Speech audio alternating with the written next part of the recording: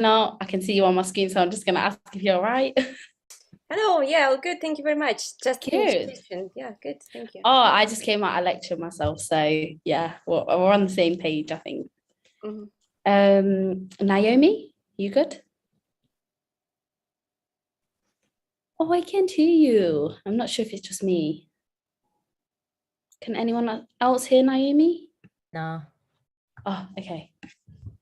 Are Oh, you on? now? Oh, yeah, I can hear Yeah. you now. Sorry, I'm quite softly spoken the best of times. That way I'm over the internet. That's fine, Yeah, no no, worries. I'm good, thank you. Hope you're Good. I'm good, thank you. So everyone, I just want everyone to just introduce themselves, just tell everyone a bit about yourself, what you do, who you are. Naomi, you're on my screen, so I'll go with you first. Hi, I'm Naomi. I'm a front of house and monitors engineer. I freelance, but I'm currently based at the South Bank Centre. I also do production and more recently mastering, but I think I'm here because I help run a collective called Omnii, where we teach women, trans and non-binary people how to do sound, whether that's in the studio or in a live setting. And yeah, we run workshops and we have published like a little handbook for sound. And yeah, that's me. Amazing. Sounds good. Let's go with Florentia. You're next up. Hi everyone, so I'm Florentia. I'm a DJ and producer, and I'm the new resident DJ for the global dance music brand Elrow. Alongside that, I'm also working at Defected Records doing curation, streaming, helping launch the Defected Broadcasting House. And I also went to Point Blank. So I went to Point Blank from 2017 to 2020. So I graduated just roughly 2 years ago now. And I did the music production and sound engineering 3-year degree. So yeah, since graduating, it's just been a pretty full on ahead. Nice. Yeah, that's me. Amazing. Then we have Farah. Farah? Yeah, hi. I said it right the first time. Farah, yes. So yeah, I also went to Point Blank 2010, studied the DJ course, and over a decade later, I've returned back to Point Blank, but this time as a lecturer. So I teach record deals and branding. Nice. But in my time outside of Point Blank, I have been a DJ music producer since obviously graduating from Point Blank in 2010, and I play sort of Ibiza, tribal, ethnic techno. And I also trained as a music journalist in Ibiza many years ago, so write for a few publications. And excitingly, I'm also a podcast producer and have a show called Mission Makers, which explores the mindset and misconceptions of success. And we've been very lucky to interview prolific figures from Carl Cox to Lee Burridge, and just industry heroes, really. And we've now sort of branched that out into also a boutique podcast agency. So we produce content for clients as well. And yeah, that's a little bit about what I'm doing at the moment. Wow, amazing. A lot, but well, I say a little bit, but it's quite actually a lot. It is definitely a lot. For sure. Elena, we've got you up next. Okay, hello. I'm Elena Aleekseva. Currently, I'm a point blank lecturer, so I teach composition, advanced composition, and music theory sometimes when required. So yes, I'm a lecturer at Point Blank.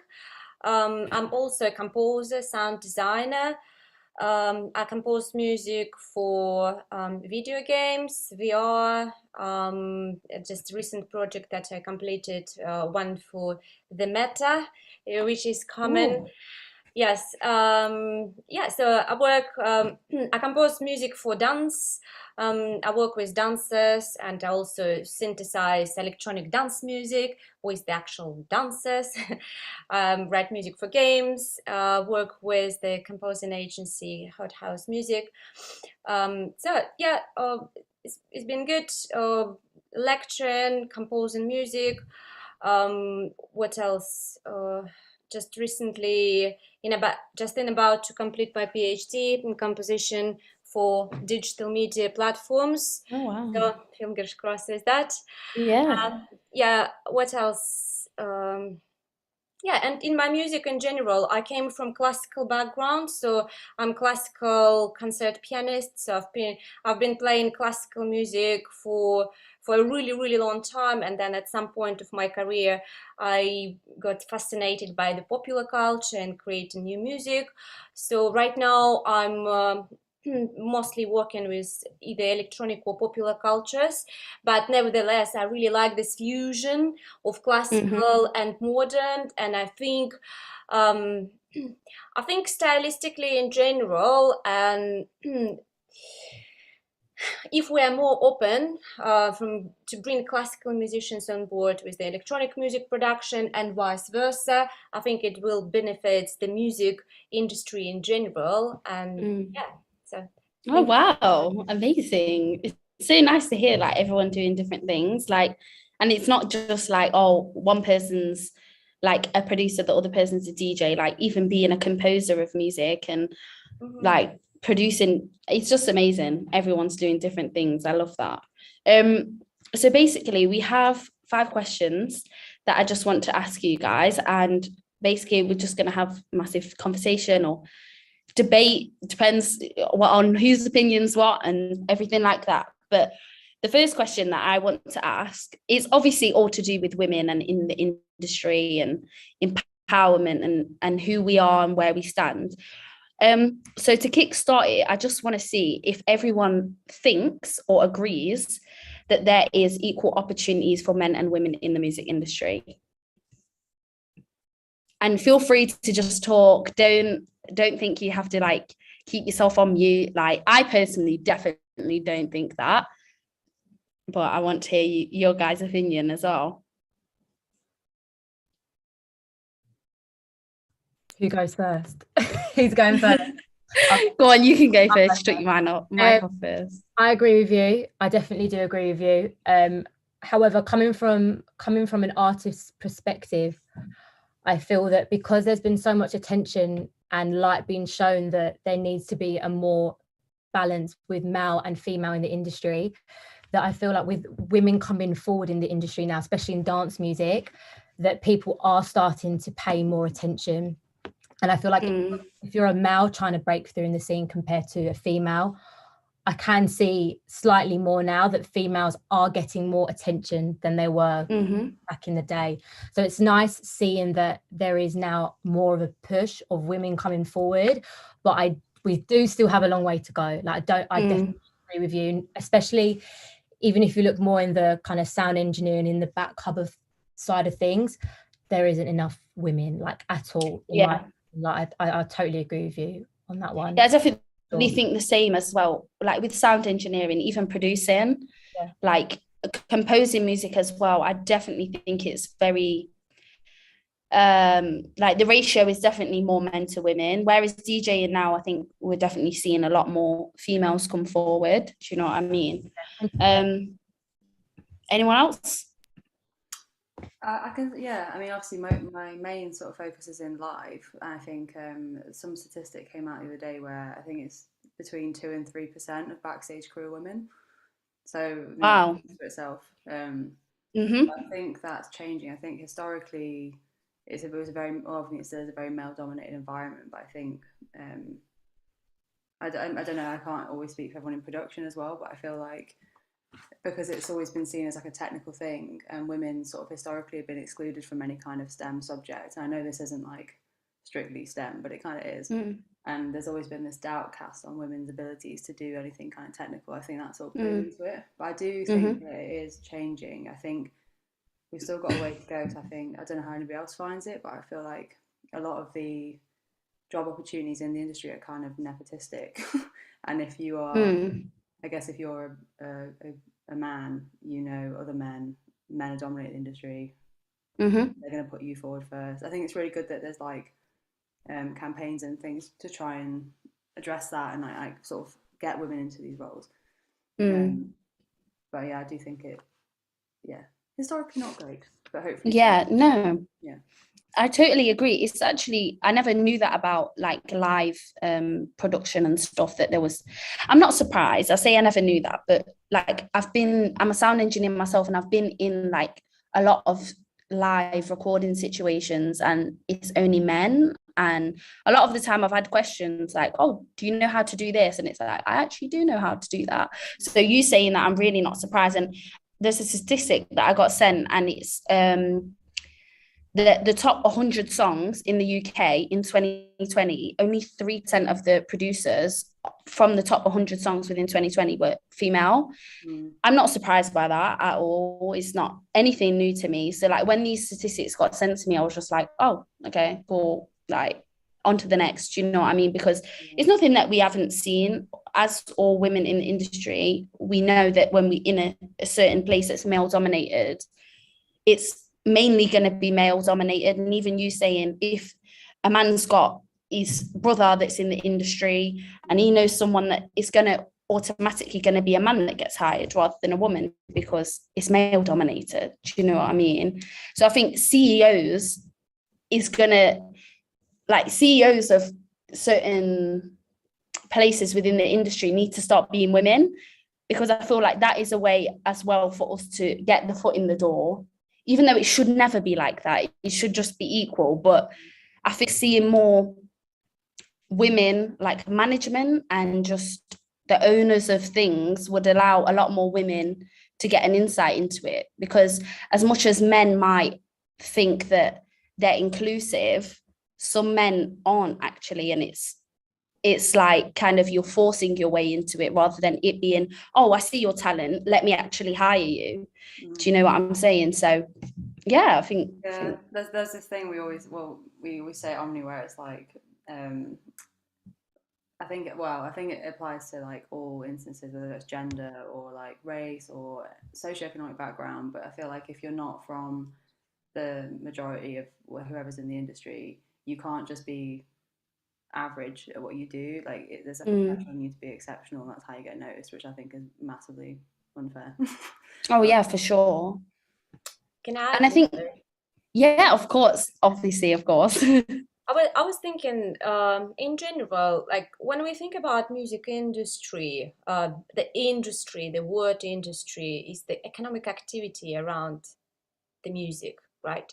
So it means how we defined what is the industry and what do we want to get within the industry. Because for the really long period of time, I didn't really think about it, but what I did intuitively, I surrounded myself with the people I'd like to work with further, and I created my own bubble, my own industry, where I didn't really have to go and fight much for me being a woman. And because when we think about music is a gig-based industry if it is a freelance. Again, it depends which kind of jobs are we speaking about, are we talking about. Looking globally at the number of students or who's enrolling as a lecturer, it's really interesting that in the classical music background, the majority of students are female. Oh wow, really? Yeah, there would be like when I studied at the universities, there all of the students were most of us were female, and only occasionally would have in a group of 15 maybe one or two male. And it was quite unusual when I came to the UK and I started teaching courses in the popular music and the music production courses, and I saw that actually the majority of people who enroll and who is applying, they're actually boys and actually male.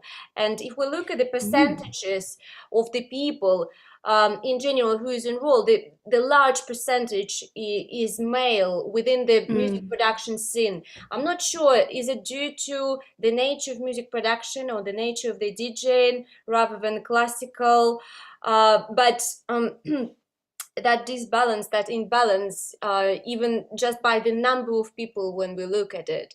So that's the number one aspect that I've noticed between classical music and popular music.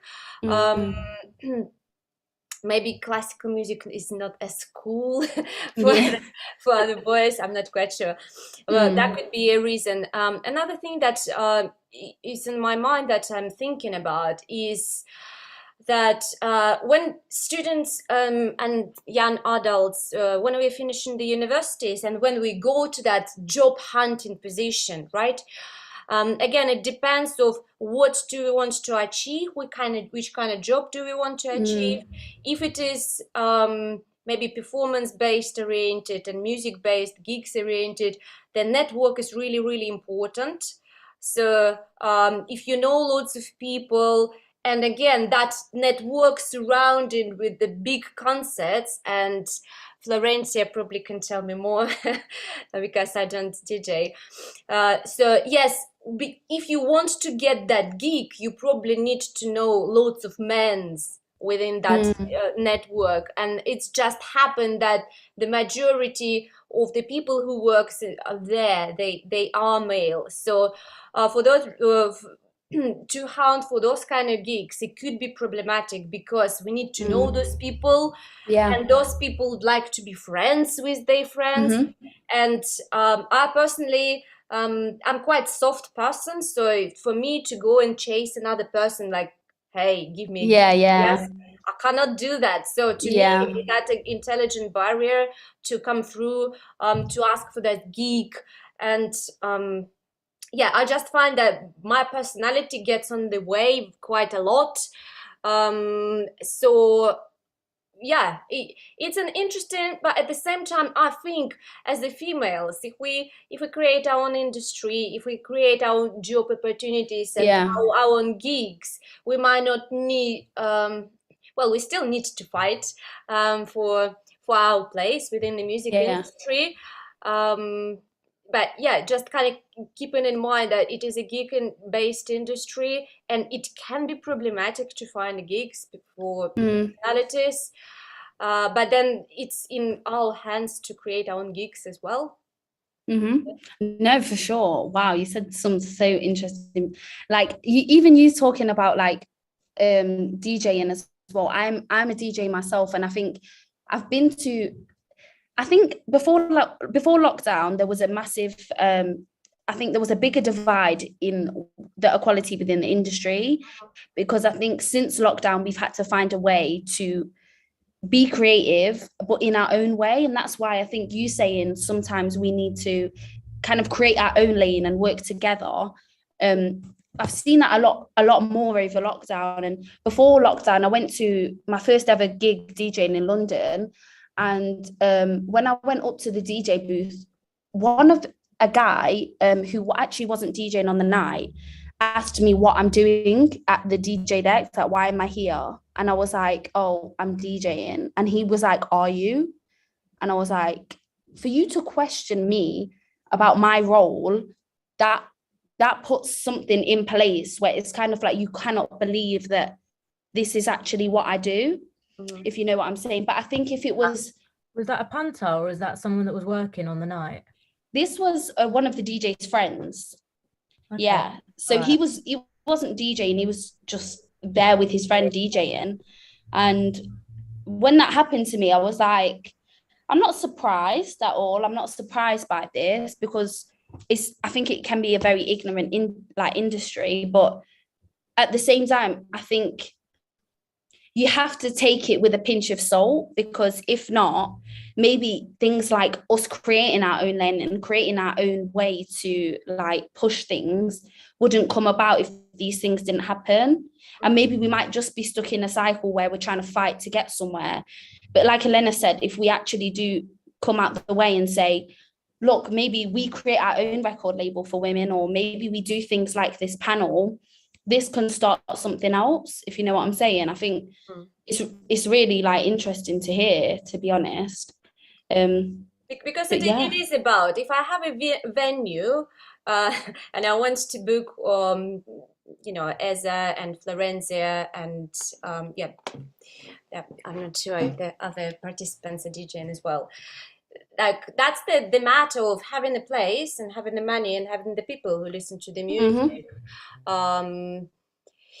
Nevertheless, I think music in general is a negotiation, because every gig we speak about it, is it going to happen? Is it not going to happen? What are the requirements? And some people can be very pushy.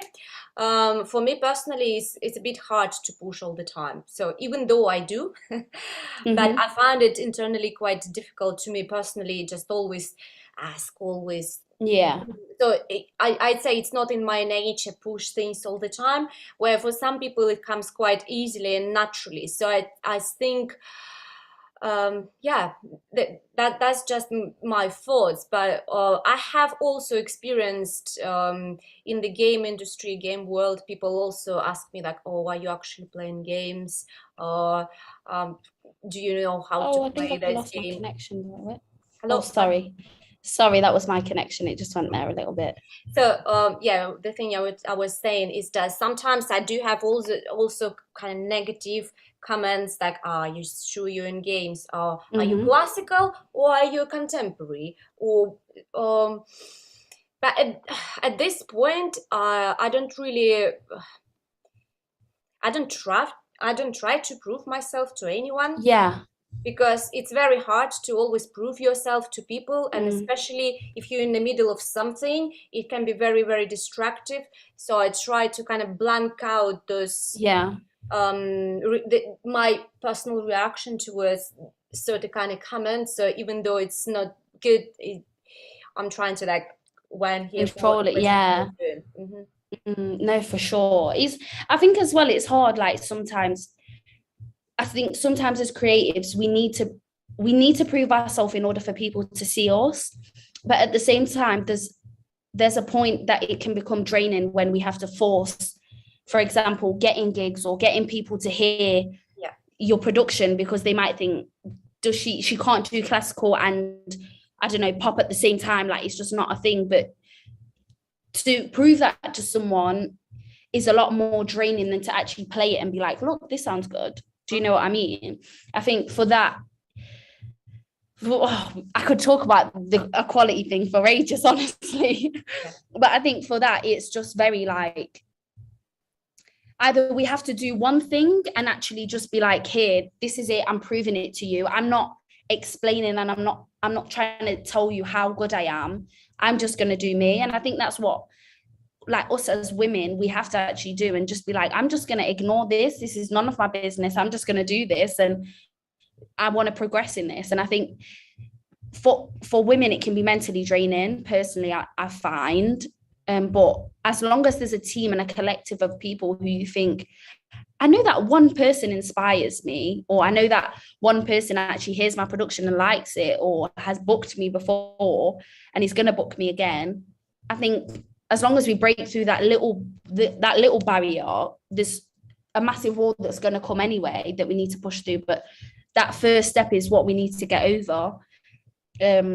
But there's last person. Yeah, sorry, I seen you unmute your mic. I know you're ready to talk. Oh no, I was just going to jump in on what you said about the beginning. And I think that there are really two sides of the coin. I think one is from childhood, and that's the systemic bias that stems, and it comes down to not having enough role models, or even more importantly, the initiatives in place. And I think what Florentia was saying about now, there are much more, like she said so, and these discussions Point Blank's having, and so many more. They're opening up those spaces for the mindset to be changed, but it's very hard to change mindset because our brain forms by the time we're 90% of it. So everything that we learn in those crucial years is those STEM messages in school is like extremely important.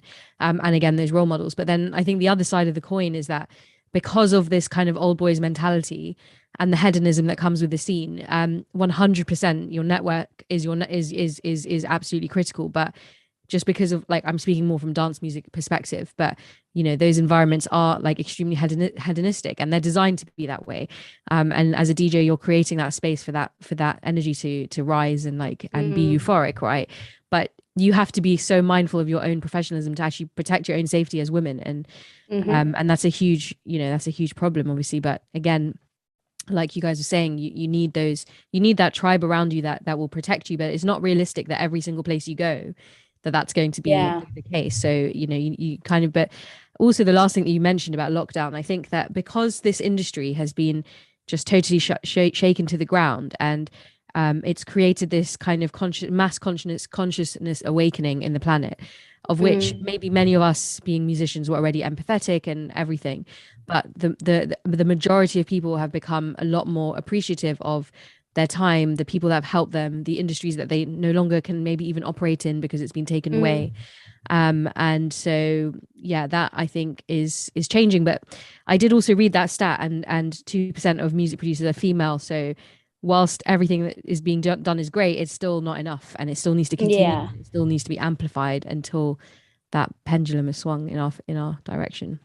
But then you saying that, do you think that, because we can say we can do enough, but is there women that want to do that? Do you think there is? So if stats say there's only, I don't know, 3% of producers within the top 100 songs in the UK, is there actually 50% women, or is that actually only 3%? Like, are we just not choosing them, or are they actually there? Do you know what I mean? I think they're there. I think having this message in childhood that you can't do that, having the right educational initiatives in place now. I mean, GCSE music now has DJing and composition and production as part of its syllabus. That's a huge step in enabling many more people to be aware of how it works. And that's not down to your gender. That's just, everybody has that. And I think, maybe it won't be 50-50, but I think 3% is absurd. And I certainly know in my space, like if I measured truly how many people are in the industry that are women in my sphere, it's way more than 3%. Yeah. And those people are really good, but it's also not easy to succeed in music. So how many people, give up in the end, and it's not sustainable, but yeah. If I Is could it like, oh sorry, oh go on. Yeah, no, shoot for it. I've been talking for ages. Just building on what you were saying, Farah, like I think it's interesting, the socialization of children really does play impact on this sort of thing. I think what's tough about the music industry, as it's interesting that Elena brought it back to like an economic standpoint, is that we don't really, in other industries you would, I don't know, you present people with a CV when you want another job, whereas in our industry it's very much word of mouth. It's very much putting yourself forward all the time, which doesn't necessarily always come naturally to women. Like, and that's partially because of how we're socialized. Like, I can't remember, I think it was the founder of Girls Code did a whole TED Talk presentation about how girls are raised to be risk averse. And so the idea of putting yourself out there, which you have to kind of do in this industry, is not really like something you're familiar with. So it's something you have to kind of learn over and over again. So that sort of delays you because you're having to like overcome your own kind of confidence issues around that. That can be quite tough, I think. And I think as well, like it's very similar in like sales.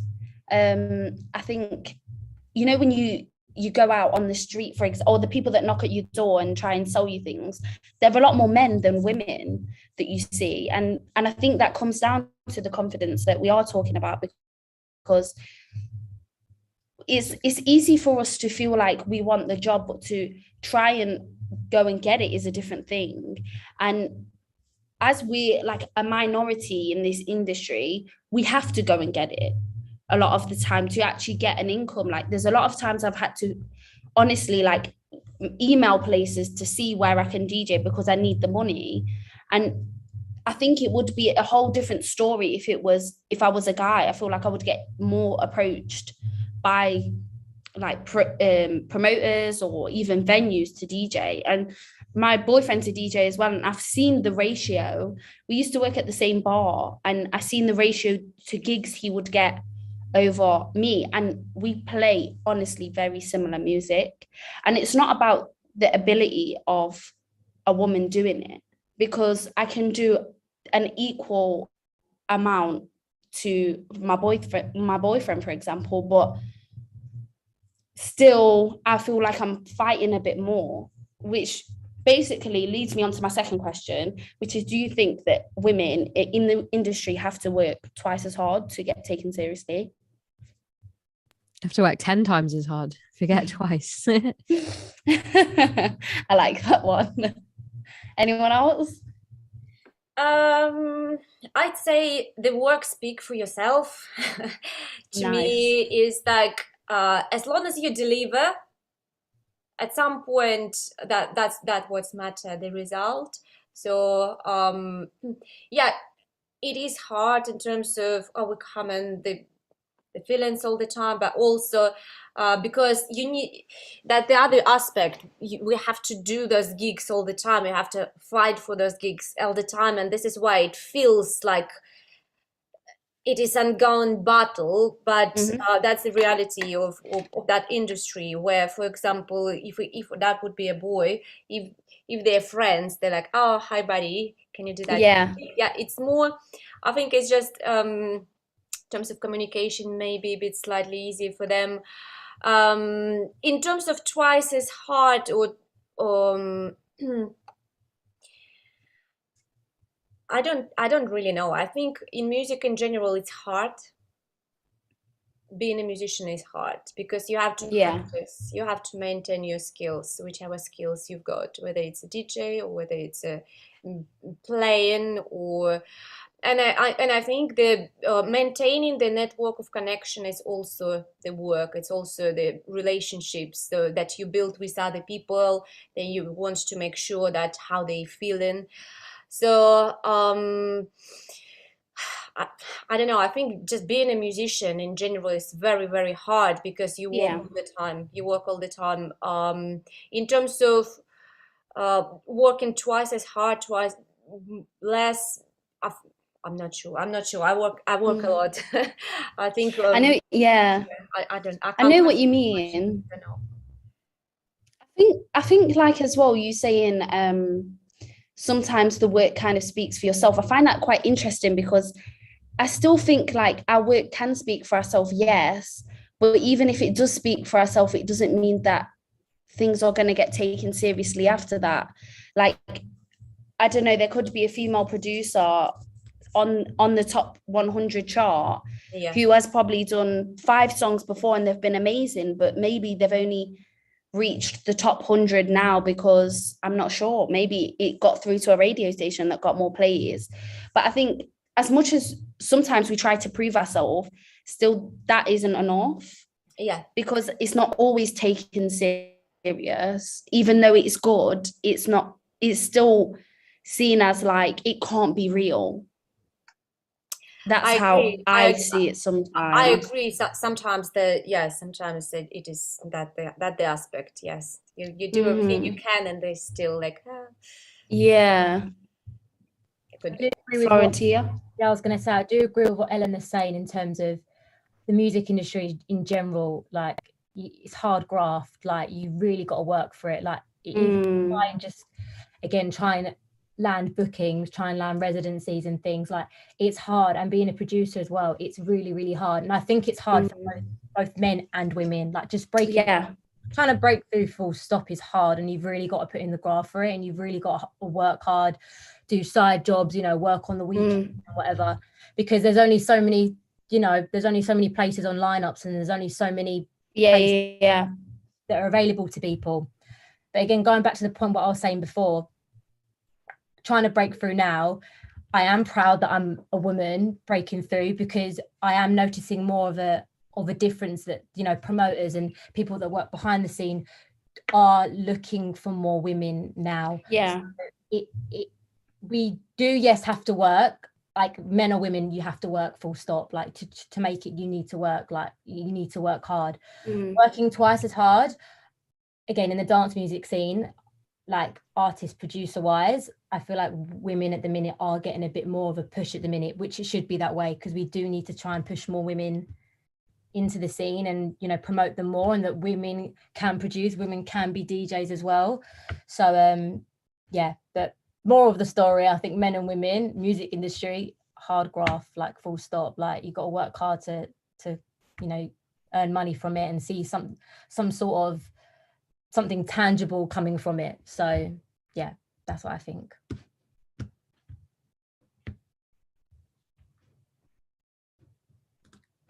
It's gone frozen. Yeah, oh, she's gone.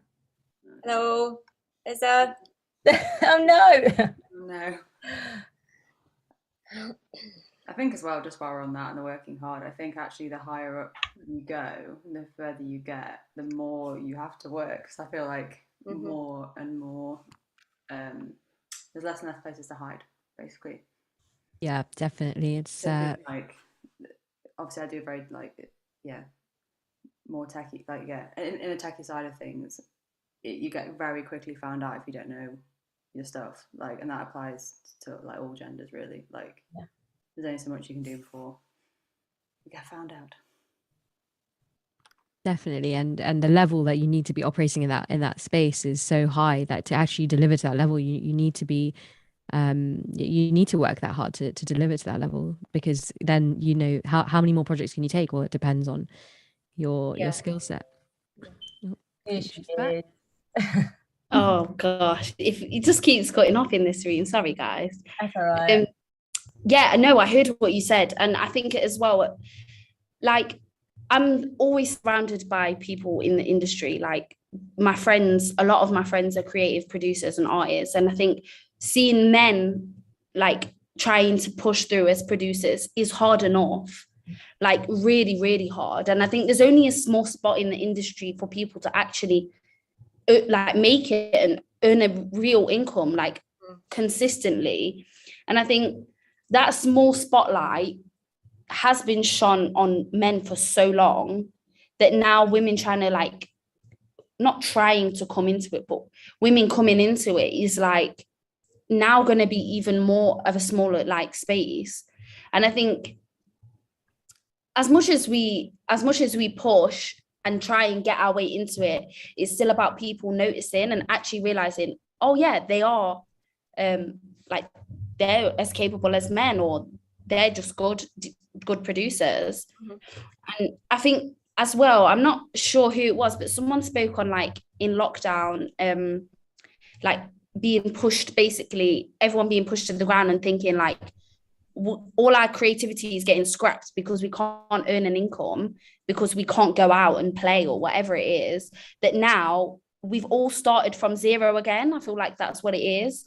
So now we're kind of seen as, oh, she's a DJ, oh, he's a DJ, kind of a bit more equal than it was before, because everyone is now coming off that same load that we were all on together. Do you know what I mean? And I think it's hard to see, but it's interesting to see that I think we all, even promoters now, are wanting to get us involved. And like even men working with women producers, that I've never seen it. I'm not going to lie, I've never ever seen it. But I think just us making a step in that direction. I don't really like saying that. Like, I find it quite hard to find terminology to talk about women in the industry, because I don't want it to be a thing where from my personal experience, I don't want it to be a thing of where I'm sounding like we're still trying to come into it. Like, we already are there, we're just not noticed. So I think that's the main thing for me that I struggle to talk about. And I'm like, I don't want it to come across as if I still think that we're not involved in the industry. We are, but a lot of the time we're just not noticed. No, I agree with you. And coming back to what you were saying about promoters as well, I do definitely feel promoters now are making more of a conscious effort to kind of look at who they're booking. They're looking at the lineup and thinking, okay, like this is too male heavy. Like there are a lot of female DJs out there that can DJ, talented ones as well. Let's start putting them on the lineup. You know, they don't have to, you know, it doesn't have to be all males all the time. Women are DJs as well. Like some of the top DJs in this industry are female. I mean, like, you know, you've got Sam Divine, you've got Jada G. Like, there's so many females out there, like icons in the industry, that it's not a norm thing. And I do feel like some promoters sometimes feel like they are doing, like they're helping. Like sometimes they'll like do an all-female lineup, or like and they'll put like a female's name on a lineup, and then in brackets they'll be like female DJ, or like they'll try and like push and show, look, it's female lineup, it's she's a female DJ. Like I want to try and I hope that we try and break away from that, because it shouldn't be the fact that we have to highlight that, oh look, we're booking women, like look, and it shouldn't be like that. It should be men and women exactly the same. This is the lineup, there's an equal amount of both on there. You shouldn't have to highlight and pinpoint where the females are, or it shouldn't be like that. It should be norm. It should be the norm, that, because they don't do that with men. You don't get a lineup full of men and be like an all male lineup. You never see that. No, it's not a thing. So I feel like some promoters and maybe some brands need to maybe like move away from that perspective. But then do you think that's them trying to prove themselves by... Yeah, no, it is. It's, and to show that they're doing their bit, it is, but it's hard because we're trying to obviously say, oh, we need to like kind of spotlight on it, but it's like do it and then be like, okay, yeah, this is the norm, like this is the lineup, equal amount lineup, la la la. It's when you do like pinpoint it, you are making that segregation still. And I feel like by doing that, you're dividing men and women in the industry. No, 100%. A fine line of maybe how you do it, I think. Yeah. And I think like men can pick at that sometimes and be like, we are asking to be seen and now we're being seen, but we're asking not to be outed like we're a female. Yeah, no. But it's like, as a woman, as a promoter, if I was a promoter and I was looking for a male to DJ on my event, for example, there's no way in heck that I would go and think, oh, in the caption, I'm going to write, oh, we've got a male DJ on tonight, or even in my personal experience recently, what I've been having is a lot of people, especially the thing around Independent Women's Day, whatever. I've had a lot of men come up to me and ask me, promoters, for example, come and ask, oh, we need a female DJ on the lineup. Would you be interested in DJing? And I just think you need a female DJ on the lineup. You don't need a DJ on the lineup. You need a female DJ. Like, what is that? Yeah. I just feel like it's very picky. Yeah, again, I think it's them trying to do their bit, but then trying to do their bit, you're still too much. By doing that, you're still trying to like, then by doing that, there is still segregation because you're like you just said, you won't do that if it was a male. So by doing that, still dividing us both. But yeah.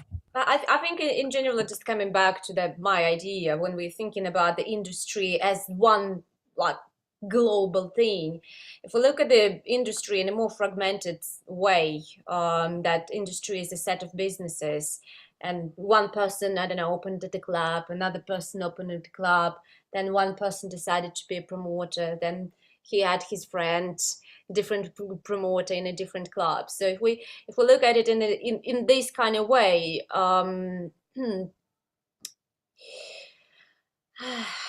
it doesn't help. It's more understandable. I know. No, 100%.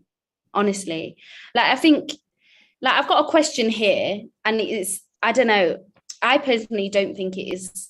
I don't think I agree with it, but it says, do we feel the Me Too movement caused positive change in the creative industry? And I think going off that, the Me Too thing, I think is very personal rather than like as a whole. And we look at the industry, I don't think it's related one bit.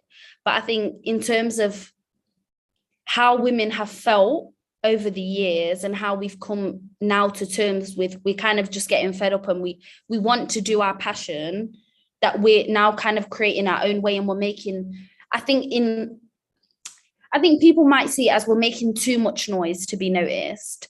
And that's why now, I know on the Wireless headline, like headline show, there's so many women, and the year before it was, or the 2 years before, whenever it was not COVID, it was very male dominated, whereas now it's female heavy. And I'm not sure if that's from the Me Too movement. I personally don't think it is. I think it's all down to lockdown.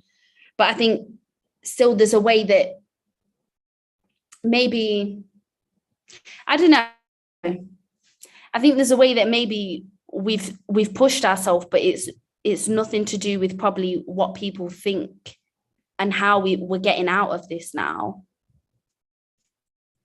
I don't know if anyone agrees it's to do with the Me Too movement or something different. I mean, I always think you need a trigger to catalyze change. So I don't think, at the end of the day, that Me Too movement, it's also about shining a lot of, kind of in light about actually, the kind of the sexual abuse and assault that women have faced. And when men, kind of see in their news feeds, well, actually, this is way deeper than I thought. it's probably, you know, eight out of 10 women I know that have felt uncomfortable.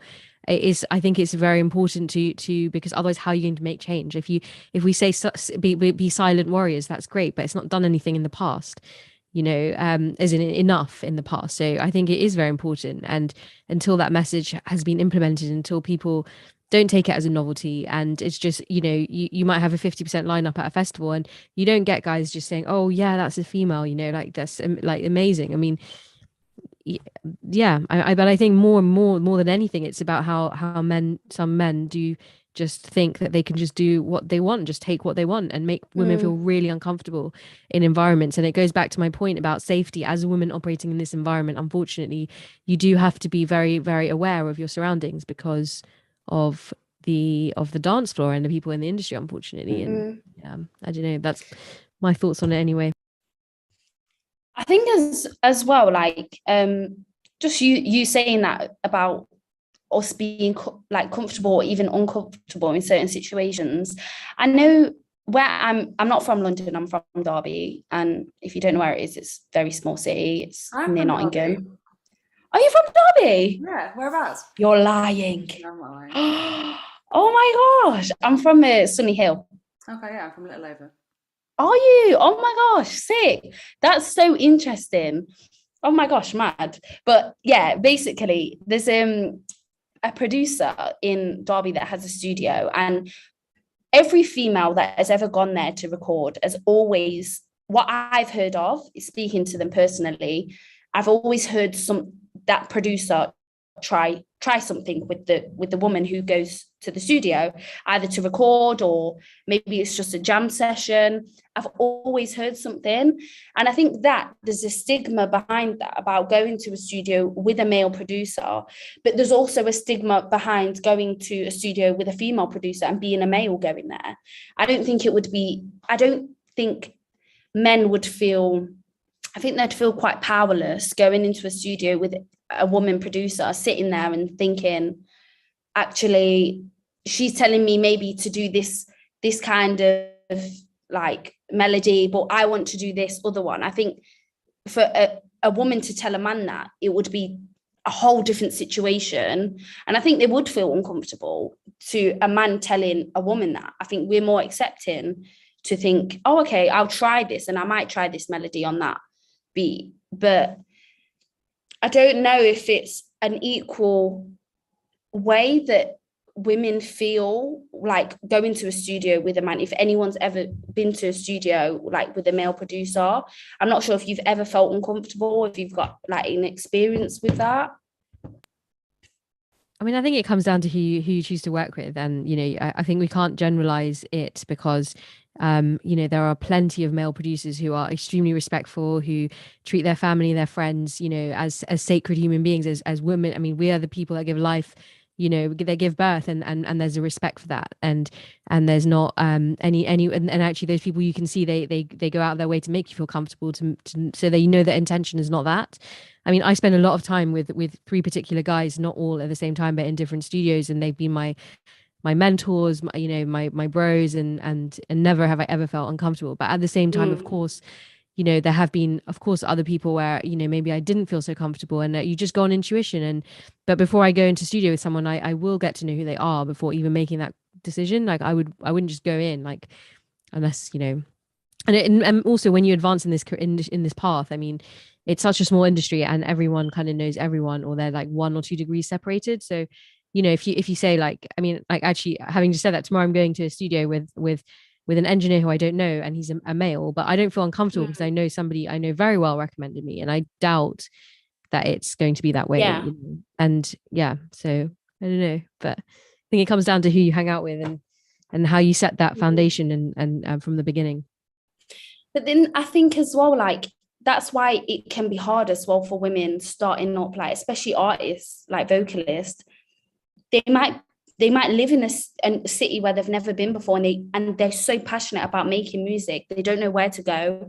And the first idea is, okay, I'm going to find a studio, I'm going to book an hour, and I'm going to go there. I'm going to get an instrumental from YouTube, I'm going to play it, I'm going to sing over it. How do you know, like, it's kind of like we just have to do it without the intention of kind of thinking about it, because maybe if we think about it, we might not actually go. We might overthink what might happen. And I'm definitely not saying that all men are like that, because I've been to so many studios and I know so many producers and sound engineers that just aren't like that. But there is a small percentage that can make women feel uncomfortable and think, is this actually what it's like in the industry? Because we hear so many stories, even like Rihanna, like with Chris Brown, like there's so many stories in the industry that make us, I think, not push ourselves as further as we can go, because maybe just like past experiences and things like that. But it's interesting. It's interesting to know that, like, of course, not all men are the same, but it's nice to know that someone's experience doesn't like defy who another producer is, and we should always give people a chance. And it's the same how like promoters, male promoters and things like that, not even promoters, but just employers should give women the chance as well, because I think there's just not enough opportunity, and there's not just enough people to see that light. But we're trying to spread that light, but it's hard to change someone's mindset. Like you said, your brain forms at the age of 5 or whatever the age was. It's very young, and to start from there and to now try and change that, like, are we going to do it? Do you think we can do it? Do you think we're creating our own lane? I think can I just add, yes, on that aspect. So we are thinking how we're going to get in, what to do. But I think just something that can help us is to define our strength and our areas, or where we actually feel uncomfortable. So rather than going to that studio, maybe giving them a call and say, look, I'm not feeling entirely confident because of 1, 2, 3. Can you advise me? And I think if we form the question this way, it's automatically from the other end, lots of I'd say uncomfortable situation will be missing as well. Is just understand where are the areas of our personalities or characters, or agreeableness. Don't know if that's the word. Being agreed with things, not trying to get into the argument. So if those are, I know that there's my personality areas where I find it hard to go through my personal character, but at the same time, because I do know those aspects, because I define them, I identify them, to me it's already automatically a bit not as easier, but I might just make people aware of what I feel, and they're taking it into account, and the entire conversation happens in a different direction, I'd say. No, for sure, definitely agree with that. And I just think as well, I want to ask Naomi a question. I know you're part of a collective. Is it all women? 3 women and 1 non-binary identifying person.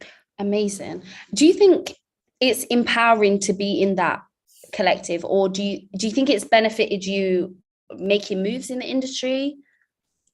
Yeah, definitely it's the best. I think we really see a difference when so we mostly run workshops for women, trans, non-binary people, and we do that because we see a difference in the participation amongst people who are there when there's no male voices in the room. Having said that, that's not true when we work with kids. We do a lot of kids workshops as well, where we do work with young boys, just because I think it's equally as important for little boys to see that. So when they grow up and hopefully make their own music and go to studios and go and perform, they're not surprised or wondering why there's a woman behind the desk. But it is really empowering. I think a lot of the feedback we get, I mean, I find it personally just lovely. It's great. And a lot of the feedback we get from people who've been is that they feel much more able to ask questions, and they feel less like stupid asking questions, even though questions are never stupid, as we all know. And it's great, and it has helped with our career, because when you're visible and you're visibly taking a stance for something, not necessarily against something, but for something, other people who have, we get a lot of women who are just incredible in the industry, but who are older than us perhaps, who had a different kind of difficult circumstances to get where they got. And when they see us doing this, it's in their meat like, I see myself in you, so I want to help. So it is good. I think it's great, and I encourage everybody to do that and to have your own networks and to expand your networks and to do all that, because it really is. It does feel good. Yeah, no, for sure. And I think as well, you highlighting the fact of you doing workshops with like young boys, I think it's good. It's nice to hear that you want them to feel kind of a norm, a sense of like normality with seeing women in studios and DJing and working in like live sounds and live events. I think it's not something we often see, and I don't think that's anything that's crossed my mind to kind of make it normal for young guys to see. I feel like I try more to kind of empower young women. Like I used to mentor a young girl back in Derby before I moved to London, and I think that was my thing, where I wanted to try and empower the young girls. Like, we can do this. This is something that is normal. We're allowed to be in the industry. It's not just men. But I think to also make it known to young boys as well that this is actually normal is probably going to see more of an impact than showing just young girls, because we already know what we can do. We don't need to prove that to anyone, but men and boys need to see that this is normal as well, rather than just seeing the men in the studio and the men producing and stuff like that. So it's really nice to hear that like you're doing workshops with like young boys as well, because it's just not something that I think, me personally, I would think to do, but that's, I guess, where the problem lies is with the men, because we know what we can do, but I guess it's different for other people. Do you know what I mean? Yeah. But I'm not sure if anyone's had like has had like kind of any experience that they feel like has happened recently after the pandemic, that they feel like that kind of wouldn't happen if the pandemic didn't happen. I'm not sure if anyone's got any experiences. If not, it's okay. No? Okay, that's fine. Okay, so I have one other question. Bear with me 1 second. So there is a statement, and I just want you to basically kind of let me know if you think that it can be changed and there's a way that we can kind of see past the figure of the 3% of producers in the top 100 UK charts. I'm not sure if there's a way that maybe in the next year that we're going to see a rise in them figures, or do we feel like as an industry it's going to stay the same? I think after all of the mammoth effort that's happened, it would be very absurd not to see the jump.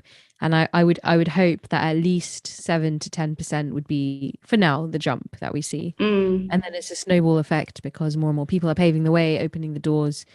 And yeah, I hope that would be the target. For sure. Yeah, I'm optimistic as well. I think even just from my side of the industry in particular saw a huge exodus from the industry during lockdown, because there's the lack of jobs. People have retrained. We've lost a lot of really skilled individuals.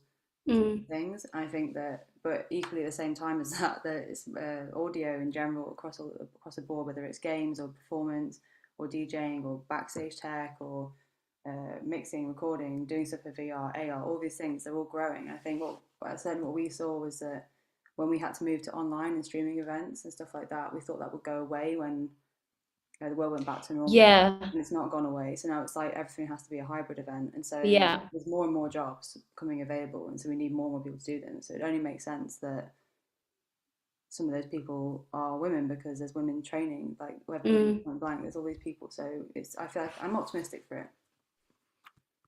sure. And I think as well, like during lockdown, it gave us all a chance. If no one was working, it gave you a chance to really explore, I think, a passion that we might not have took seriously if we were still busy in our normal job. So I think to now maybe there be more opportunities or more jobs available in the industry, we are seeing more women come forward, because maybe that's something that we've grew during the lockdown that we might not have actually taken seriously. And I know there's groups like Girls Can't DJ and Girls Don't Sing, like collective group of DJs that have come about, and I feel like collective groups I haven't seen as much as I've seen now out of lockdown. And I think that's because we have had to come together as a society and just think, how can we actually all be happy and do what we like to do? And I think the only way that we've done that is by exploring what we actually enjoy. And if that is production, or if that is listening to music and you think, I'm going to be a DJ, we're going to now explore that avenue. So I think that the percentage can only rise, but allowing that as well to like take over, and actually us wanting to push through and continue to, like, I don't know, if we started to produce in lockdown, to continue to do that and continue to chase that is what's going to change, rather than just seeing it as a passion at one time and leaving it in the corner and then going back to your normal job. We're not going to rise anywhere and we're not going to push through it. But I definitely have been seeing a lot more like women just doing what they want to do, I believe. And it's really, really nice to see. Basically, I've got like an open section for anyone to ask any questions or say anything, their experience on anything. I'm not sure if anyone wants to share anything. I have actually a question. Because you said, like, we don't need to prove actually anything to anyone, because we know what we are worth. And do you really think it's true? Because, like, I'm not that sure if we as women, we do believe in each other. It's like, if I'm checking with myself, like if I see a DJ who is a male or female, do I judge them the same? And the answer is no. It's like because of the way we were raised, it's not that easy to change our mindset. And we may say, like, okay, we do believe in it, so now we need to change the way men think. And I don't really think it's true. I think we need to do it parallel. Like, we need to work with our mindsets and support each other as women, and as well go to the world and do the change there, so that the world would support us as well. Yeah, I totally agree, to be honest. I think as well, you saying, do you actually agree with like the statement of we don't have to prove ourselves? I think that's a lie. I think we do have to prove ourselves still. I think there's still a lot more that we feel we need to prove. But I think there's also another side of it where we don't have to prove ourselves, because now I think our work is getting more recognition than us actually saying, look, I have done this, just putting it out there and being like, this is my work. If you like it, you like it. And I think it can make us kind of emotionless and heartless to do that, because we kind of are saying, I don't care what you say, I'm going to do it anyway. And I think that's an empowering thing that we've started to see with women is, I don't care, I'm doing it. Yeah. And I think that's what... Yeah, I think like there is no like a switch that we can say, okay, we were not in music and now we are, and like want to treat us like this, and we are 100% sure that we I don't know, we can do this. And like there is a certain point that if we pass it, like we still can have doubts, but it's like we're doing it anyway. Yeah. So, yeah, it's all about like, for sure, progress rather than just an automatic change. I think in general, sorry to interrupt, I think in general the quantity will help itself.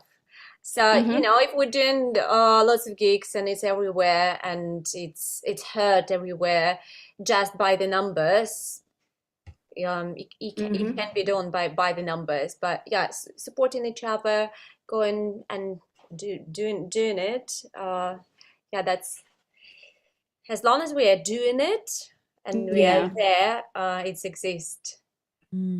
Exactly. To echo what you said there, there's a great quote that I always remember where I always just draw inspiration from when I feel that the work isn't being appreciated, or you're good, you've devoted all your life, whatever it is, to perfecting this, and the quote is, be so good they can't ignore you.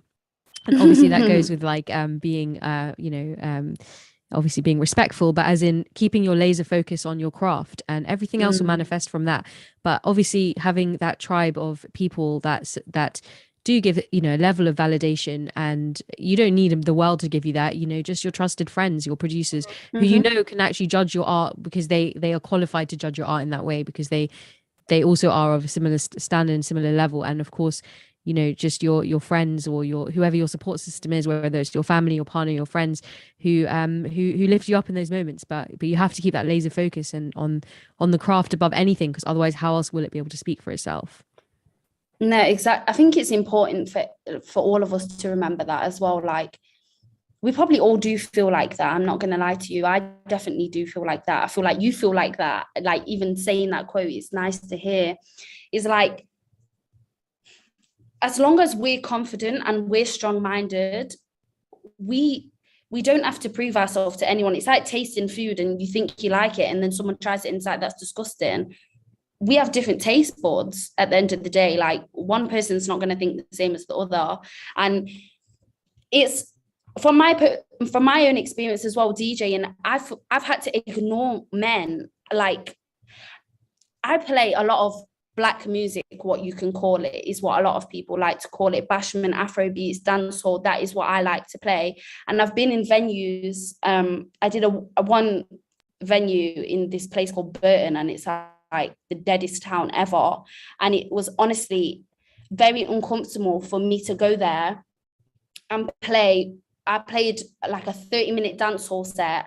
And as soon as I started to play, as soon as I pressed play, everyone stood there and stared at me. And it was very uncomfortable for me to think, okay, I'm just going to push through this. I'm going to keep going. And it's okay, because this is the music I love. I'm not appropriating anything. I'm appreciating it. That's one thing that I tried to fight. But in the back of my mind, it was thinking, like, let's stop, let's do this, let's just leave, let's just go. But there was also a massive thing in the front of my head saying, do you know what?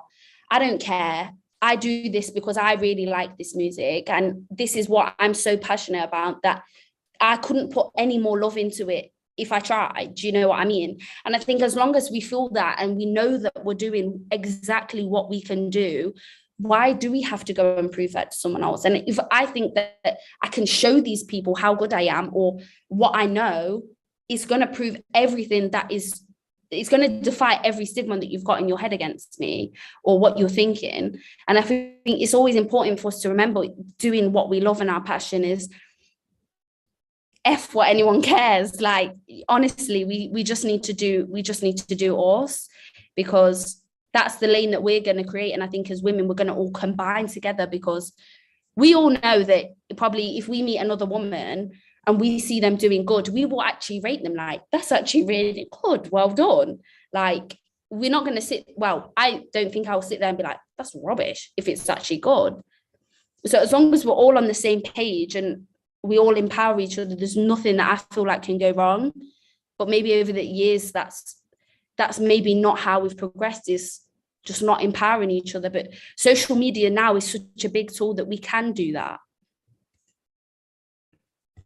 But yeah, that is my thing. I'm so passionate about women in DJing and in the industry. Like, it's nice to like have a chat with you guys even, and just even have questions as well, like to just think, do you actually believe that we need to prove ourselves, or do you think that even if we prove ourselves, we're still going to get places? Like, it's interesting, it's really interesting to see everyone's point of view, and it's nice to hear that we all think that if we're going to do it and we can do it well, then we should just do it. Like, there's nothing stopping us. I don't feel any other vibe from anyone else.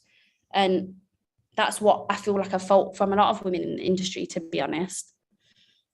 I'm thinking just to add is that if you already have been booked and you get this gig, I think it's like it's more than 50% already of success. So I'd say that maybe that battle, that fighting for that gig, that's where probably our main battles are at the moment. But if you're already there and you know that you're going to be paid at the end of the set, it's more than half of a deal already. It's already a way of recognition to being booked, to be to have that gig, and I think just helping each other to get For there. sure.